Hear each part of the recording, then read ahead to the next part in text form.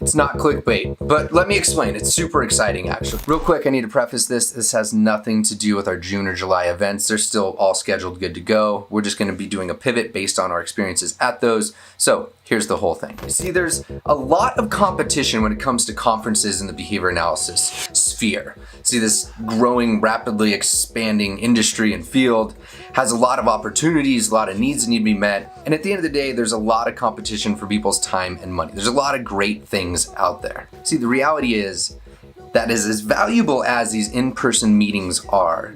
They actually leverage nothing which behavior analysis knows is valuable. Maybe a little bit, but you gotta look really close. Extremely low opportunities for learn units, for practice, for actually acquiring these skill sets. I think absolutely no individualization. There's absolutely no instructional design. I mean, let's be honest. You can literally walk into a CEU event, sit down, fall asleep, walk out, and obtain your continuing education units.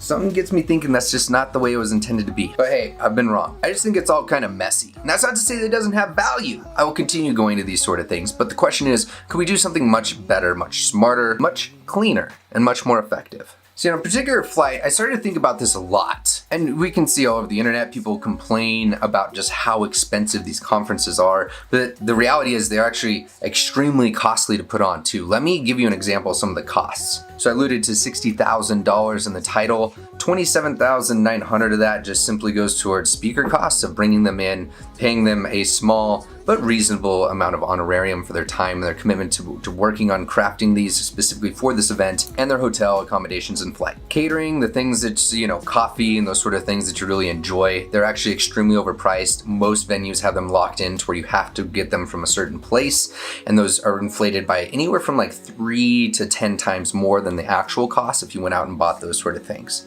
So we're looking at $8,000 on that. Equipment and space for 400 people, $30,000. And this is broken down into a lot of different areas. Half of that goes straight to just renting the space, but then there's security concerns. You have to be able to have all the labor for the live stream operations that we do, the people that are helping coordinate all these sort of things, because you could leverage peer volunteer work, which we do a little bit of volunteers, but and very, very small compared to most. So what we've been doing is just allocating more and more money towards the people that are helping when they're typing on the comments, when they're helping with the social media posts and those sort of things. I mean, signage costs. You start looking at $3,000, $4,000 on just like moderate signage costs to be able to get some exposure for the brands that are a part of this and such. Advertising is a small one, $2,500, not too much. So when you see a ticket price of $150 to $300 for a 2 or 3 day event like we were planning, see, it might seem a little bit absurd and higher than other places, but the thing is you need at least 250 to 300 people, depending on the price of where they buy in that, just to break even. That's nobody's time like myself in putting these sort of things on. There's a lot of differentiation in the market. A lot of people like ABI, I'll be at their conference later this week as an invited speaker for a panel, and they pay absolutely nothing. They make it super clear in their contract that they will pay for nothing.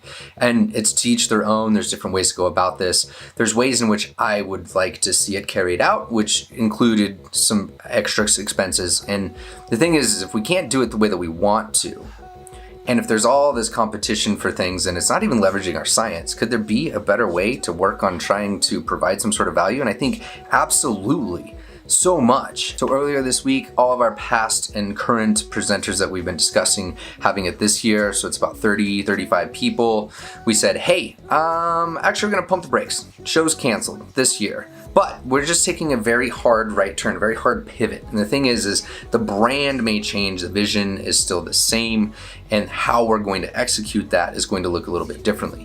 What I'm envisioning here is a mix of YouTube meets Netflix, meets Masterclass, meets the continuing education model, and most importantly, we fuel it with behavior analysis. So the team and I are actually stepping back. We're totally figuring out how we can do this. There's some potential investment interested as well. So it's a super exciting time. So if you can just hold off until August, September, you'll be able to see a sample of what we're trying to do here. We'll have a scope and sequence figured out, where we're trying to go, and I'll start announcing who's already confirmed. One of them is an amazing, amazing behavior analyst. Huge. So excited. So if you have any thoughts, questions as to what's going on, keep them down below in the comments. I'll be following along. Hope to see you all soon. Hope you understand. Thank you for understanding as much as you may be able to. And remember, the vision's not gone. It's not lost. It's just We're figuring out how to be better at chasing that sort of vision down. That doesn't mean that in-person events are completely stopped. They're gonna be in phase 2. We're just getting focused on phase 1 first. I'll explain later. Saying doesn't matter if you're honest. Now you're talking my language.